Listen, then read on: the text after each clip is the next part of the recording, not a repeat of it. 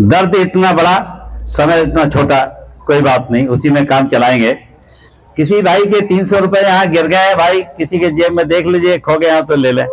दानी जी आप रख लीजिए और दानी जी से ले लीजिए बाद में। बिल्कुल आके ले लीजिएगा। मैं सीधी अपने बात पर आता हूँ, किसी भूमिका की जरूरत नहीं है।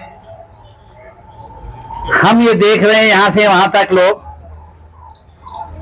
ये सोए हुए हैं और जो नहीं आए वो मरे हुए हैं।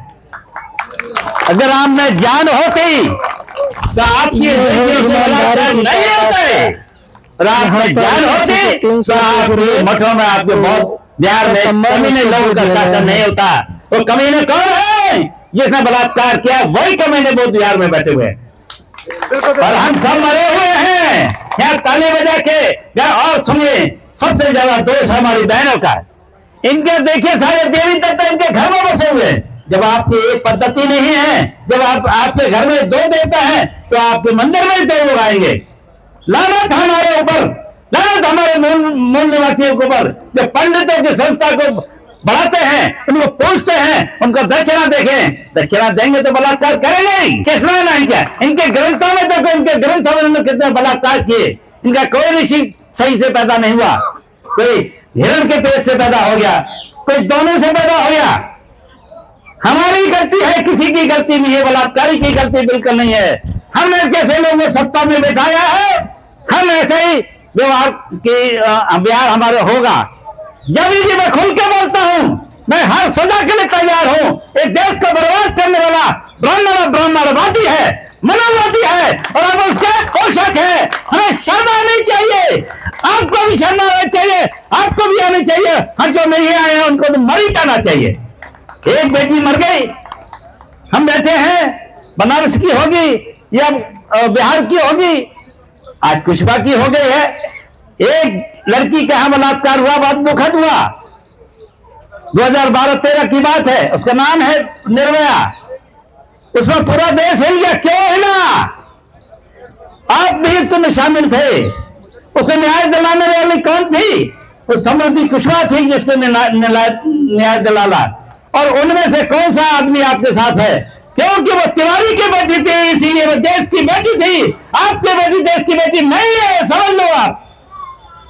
आपको अगर अपना देश लेना है तो ताकत से लेना है, जोश से लेना है, मरना है या मारना है, ऐसे कुछ नहीं मिलेगा। जो बिहार में बैठे हुए हमारे नेता हैं, गद्दार हैं, कमीने हैं। बोधगया के आंदोलन में एक भी आदमी शामिल नहीं है। बोधगया की समस्या तो बिहार से ही बिहार से ही सॉल्यूशन होगा उसका। बोधगया का सॉल्यूशन यहां से नहीं होगा। जो वहां का वोटर है वो मजबूर करेगा सत्ता को वोट देते समय, तभी बोधगया का सॉल्यूशन होगा।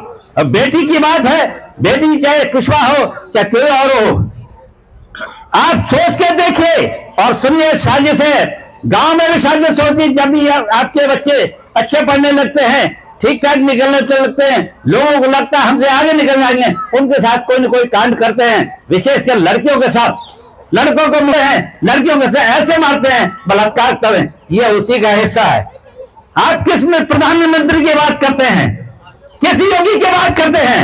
हमें तो लगता है ये देश बिना प्रधानमंत्री के चल रहा है, बिना योगी के चल रहा है, बिना सत्ता के चल रहा है, बिना संविधान के चल रहा है। और संविधान और सत्ता के चलाने वाले सारे संविधान विरोधी हैं, राष्ट्रद्रोही हैं, राष्ट्र विरोधी हैं।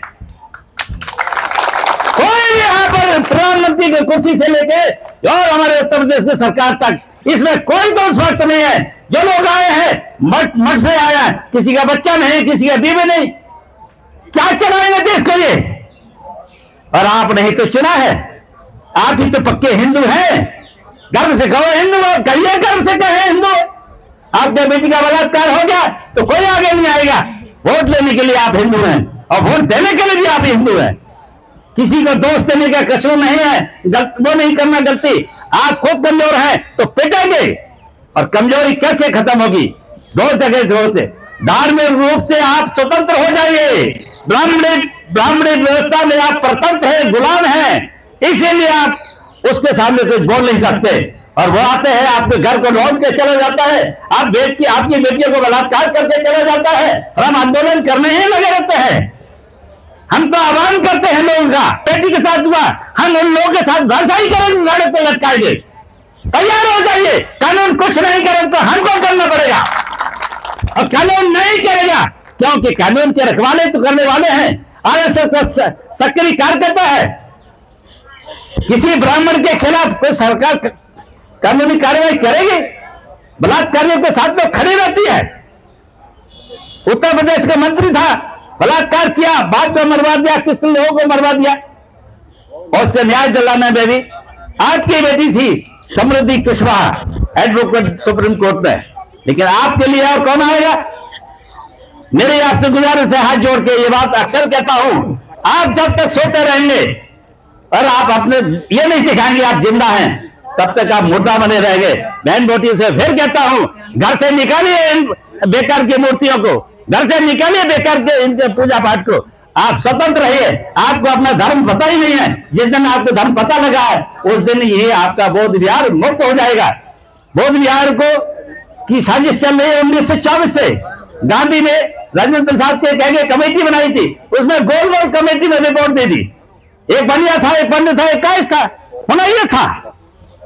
आप डकैत को दे देते हैं जज की कुर्सी, तो क्या होने वाला? मेरे मित्रों, रोने गाने से कुछ होगा नहीं। मरने के लिए तैयार हो। जो मरने के लिए नहीं डरता वो कभी मरता नहीं है, जो डरता है वो रोज मरता है।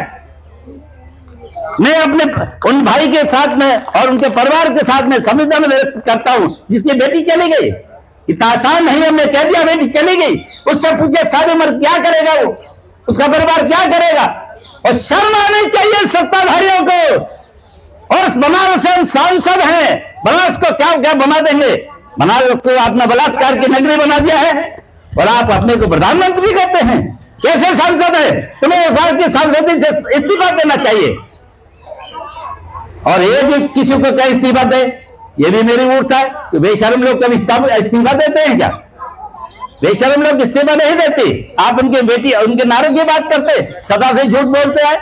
बेटी बचाओ बेटी पढ़ाओ, उन्होंने कहा बेटी बचा पाओ तो पढ़ा लो, बचा ही नहीं पाओगे कहां से पढ़ा लो? यही उनका नारा है। नारों पर मत जाइए। झूठ बोलने में 1000% झूठ बोलते हैं, आपको अंदाजा नहीं लगा सकते। वो और उनके संस्था ब्राह्मणवादी कोई संस्था देश के लिए कभी कोई काम नहीं किया है, न करेगी। 85% के दुश्मन हैं और 85% गद्दार है जो 15% से पीटते हैं। मैं ज्यादा बात नहीं कहूंगा बात, क्योंकि बहुत सारे बोलने वाले हैं। मुझे दुख है, शर्म आती है कि हमारे साथ ऐसे होते हैं। हमारे घर में लोग सो रहे हैं, उनको कोई परवाह नहीं है। बनते जी ठीक है, आज हमारी बारी है, कल तुम्हारी आने वाली है, जागो तो ठीक है, नहीं तो वो होना ही है, मुर्गा तो कटना ही है। बहुत बहुत धन्यवाद।